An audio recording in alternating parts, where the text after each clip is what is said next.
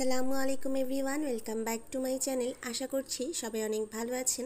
আলহামদুলিল্লাহ আমিও অনেক ভালো আছি।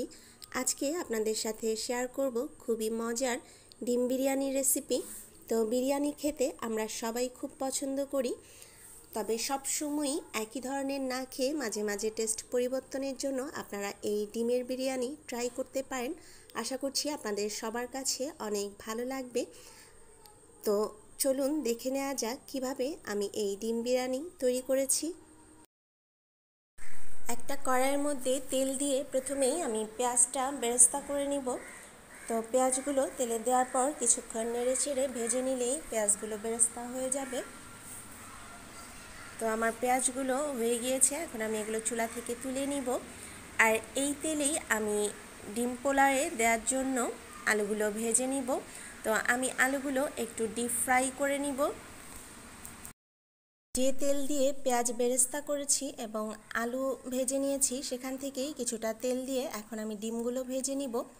তো ডিম ভাজার সময় অনেক সময় দেখা যায় যে ডিমটা ফুটে যায়।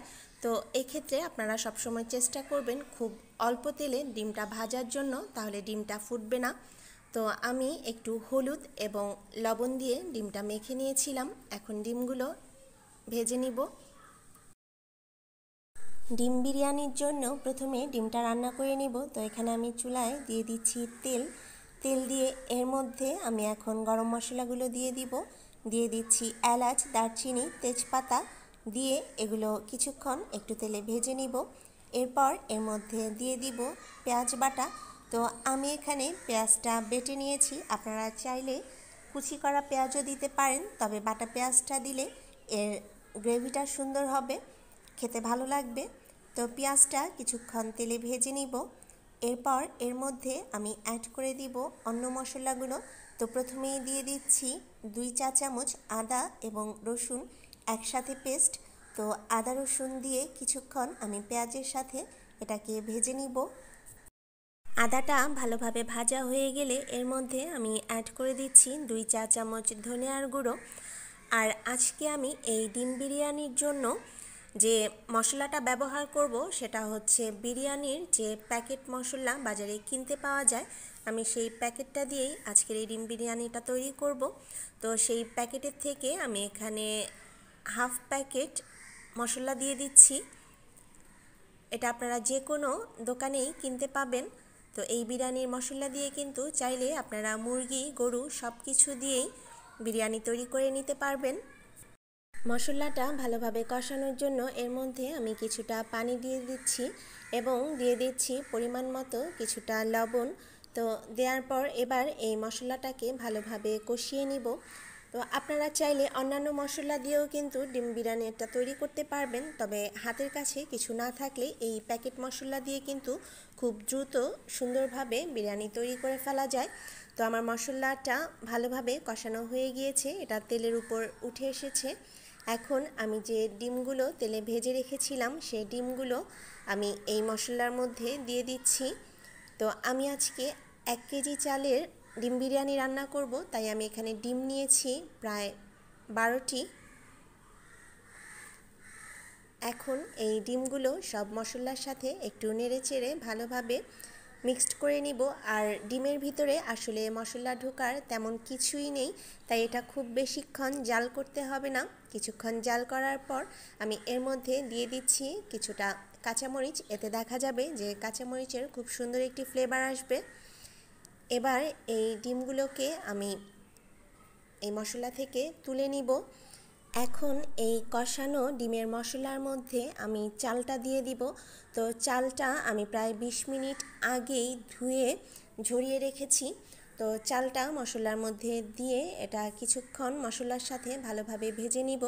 তো যে কোনো পোলাও বা বিরিয়ানি রান্নার ক্ষেত্রে আপনারা চালটা কিছুক্ষণ আগে ধুয়ে যদি পানিটা ঝরিয়ে রাখেন, তাহলে দেখা যায় যে পোলাও বা বিরিয়ানি যাই রান্না করেন না কেন এটা কিন্তু অনেক সুন্দর ঝরঝরে হয় এবং চালটা ভেঙে যায় না। আরেকটা প্যান বসিয়ে দিয়েছি। এখন এর মধ্যে আমি যে তেলে বেরেস্তা করেছিলাম সেখান থেকেই দিয়ে দিচ্ছি পরিমাণ মতো কিছুটা তেল এবং দিয়ে দিচ্ছি গোটা মশলাগুলো। এখানে এলাচ, দারচিনি, তেজপাতা দিয়েছি। এগুলো কিছুক্ষণ ভেজে এর মধ্যে দিয়ে দিচ্ছি কিছুটা কাটা পেঁয়াজ। তো এই সব কিছু একটু ভেজে নিব। তো অন্য চুলায় কিন্তু আমি পোলাওয়ের জন্য পানিটা গরম করে নিয়েছি।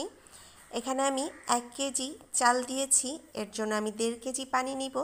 তো পেঁয়াজটা কিছুটা ভাজা হয়ে গেলে এর মধ্যে দিয়ে দিচ্ছি কিছুটা আদা এবং রসুন পেস্ট। তো এগুলো একটু ভালোভাবে ভেজে নিব। আর চালটা কিন্তু আমি ডিমের মশলার মধ্যে ভালোভাবে ভেজে নিয়েছি। এখন যে পানিটা গরম করে রেখেছিলাম সে গরম পানিটা আমি এর মধ্যে দিয়ে দিলাম।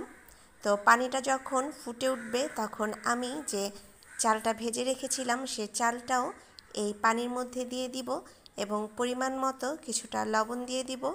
একটু জাল করার পর যখন পানিটা অনেকটাই টেনে আসবে তখন যে আলুগুলো ভেজে রেখেছিলাম সে আলুগুলো এই চালের মধ্যে দিয়ে নিব এবং একটু ভালোভাবে নেড়েচেড়ে মিশিয়ে নিব।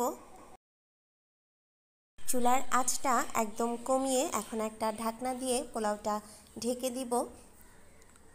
কিছুক্ষণ চুলায় রাখার পর এর পানিটা কিন্তু একদম শুকিয়ে গিয়েছে এবং চালটাও ফুটে উঠেছে।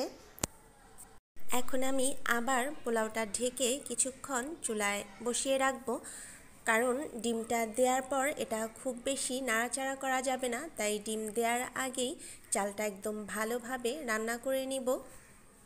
10 মিনিট একদম কম আঁচে চুলায় বসিয়ে রাখার পর এখন আমি ডিমগুলো এই পোলাওয়ের মধ্যে দিয়ে দিচ্ছি। তো ডিম যেহেতু খুবই নরম থাকে তাই এটা নাড়াচাড়া করার সময় খুবই সাবধানে করতে হবে যেন ডিমটা ভেঙে না যায়, তাহলে কিন্তু আপনার ডিম বিরিয়ানিটা দেখতে সুন্দর লাগবে না। তো ডিম দেওয়ার পর এখন এর মধ্যে আমি দিয়ে দিচ্ছি কিছুটা গুঁড়ো দুধ। তো নর্মালি আমরা কিন্তু পোলাও রান্না করার সময় চালের মধ্যে বা পানির মধ্যেই আমরা দুধটা দিয়ে দেই, তবে আপনারা যদি বিরিয়ানি রান্না করেন সেক্ষেত্রে যদি লাস্ট মুহূর্তে একটু গুঁড়া দুধ ছিটিয়ে দেন, এতে কিন্তু এর থেকে খুব সুন্দর একটি ফ্লেভার আসবে এবং খেতেও অনেক বেশি ভালো লাগবে। তো আমি একটু নেড়ে চালগুলো আলগা করে দিচ্ছি যেন এই গুঁড়ো দুধের ফ্লেভারটা পুরো বিরিয়ানির মধ্যেই ছড়িয়ে যায়। তো এই কাজটা একটু সাবধানে করতে হবে যেন ডিমটা ভেঙে না যায়। চেষ্টা করবেন এভাবে বিরিয়ানিতে গুঁড়া দুধটা দেওয়ার জন্য। আমি কিছুটা জর্দা রং আগেই গুলে রেখেছিলাম, এখন আমি এই ডিম বিরিয়ানির উপরে এটা একটু ছিটিয়ে দিচ্ছি। তো এটা টোটালি অপশনাল, আমি দিয়েছি যেন দেখতে একটু সুন্দর হয়, এর জন্য আপনারা চাইলে দিতে পারেন আর না দিলেও চলবে। এবং যে পেঁয়াজগুলো আমি বেরেস্তা করে রেখেছিলাম এখন আমি পেঁয়াজ বেরেস্তাগুলো এর উপর দিয়ে দিচ্ছি আর দিয়ে দিচ্ছি 3 চা চামচ ঘি। তো বিরিয়ানি রান্নার ক্ষেত্রে এভাবে আপনারা অবশ্যই শেষে একটু ঘি দেওয়ার চেষ্টা করবেন, এতে দেখা যাবে যে খুব সুন্দর ফ্লেভার আসবে এবং খেতেও অনেক ভালো লাগবে। এবং আমি আরও দিয়ে দিচ্ছি কিছুটা কেওড়া জল। তো কেওড়া জলও আপনারা অবশ্যই দেওয়ার চেষ্টা করবেন, এতেও এর ফ্লেভার খুব ভালো হবে। তো এবার আমি ঢেকে আবার বিরিয়ানিটা একটু দমে রেখে দিচ্ছি। তো কিছুক্ষণ দমে রাখার পর আমি ঢাকনাটা খুলে নিয়েছি। তো ফ্রেন্ডস, আমার ডিম বিরিয়ানি কিন্তু অলমোস্ট রেডি হয়ে গিয়েছে। এখন আমি এটা চুলা থেকে নামিয়ে নিব এবং পরিবেশন করে আপনাদেরকে দেখাবো যে এটা কেমন হয়েছে। মাঝে মাঝে টেস্ট পরিবর্তনের জন্য আপনারা এই ডিম বিরিয়ানি বাসায় ট্রাই করতে পারেন। এটা কিন্তু খেতে কোনো অংশেই গরু বা মুরগির বিরিয়ানির চেয়ে খেতে কম নয়। তো আশা করছি আমার আজকের রেসিপিটি আপনাদের কাছে ভালো লেগেছে। যদি ভালো লাগে তাহলে বাসায় ট্রাই করবেন এবং কেমন হলো তা আমাকে কমেন্ট করে জানাবেন। আর যারা আমার চ্যানেলে নতুন আছেন প্লিজ আমার চ্যানেলটি সাবস্ক্রাইব করবেন, যারা অলরেডি করেছেন সবাইকে অনেক অনেক ধন্যবাদ। সবাই অনেক ভালো থাকবেন, সুস্থ থাকবেন। দেখা হবে আবার নতুন রেসিপি নিয়ে। আল্লাহ হাফেজ।